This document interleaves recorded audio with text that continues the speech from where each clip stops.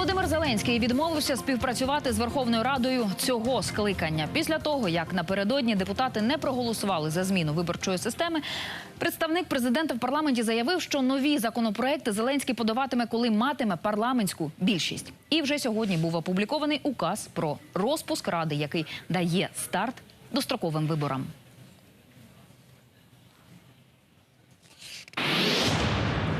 Виборчий процес офіційно стартує відзавтра. За законом це відбувається наступного дня після публікації указу президента. А його надрукували у віснику уряду сьогодні зранку. Отже, дострокові парламентські вибори мають бути 21 липня. У ЦВК зазначили, уже завтра готові приймати перші документи від кандидатів у депутати. Але серед українців почали ширитись чутки, нібито Центрвиборчком до виборів не встигає ані бюлетенів надрукувати, ані комісій усім забезпечити. Бо закуповувати майже все мають через тендери, а вони за нинішнім законом забирають забагато часу. У ЦВК кажуть, загроза справді є, але сподіваються, що влада пришвидшить процедури.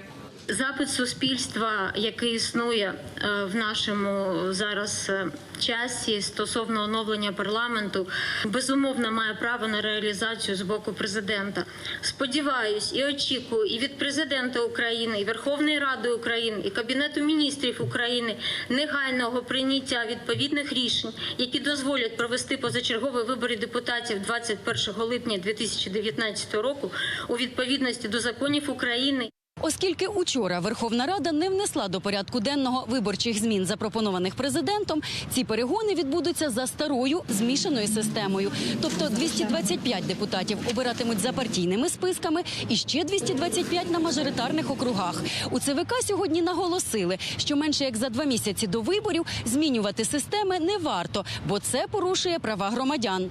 Неможливо зволікати з такими питаннями і з коліна приймати такі рішення, тому що ці питання є важливими. Коли ми змінюємо виборчі правила, ми маємо думати не тільки про той порядок голосування, а ми маємо думати про виборчі права громадян, про гендерні принципи, ми маємо думати про наших тимчасово переміщених осіб, ми маємо думати про те, як голосують наші особи з інвалідністю. Президент пропонував скасувати мажоритарку, знизити прохідний бар'єр з нинішніх 5 до 3% та проводити вибори за закритими списками. Після того, як парламент учора провалив ці зміни, Володимир Зеленський на своїй сторінці у соцмережі написав: «Вони розраховують за гроші та гречку знову пролізти до Верховної Ради, але я переконаний, що вони помиляються, і навіть у мажоритарних округах ви оберете нових політиків, здатних змінити країну не на словах, а на ділі».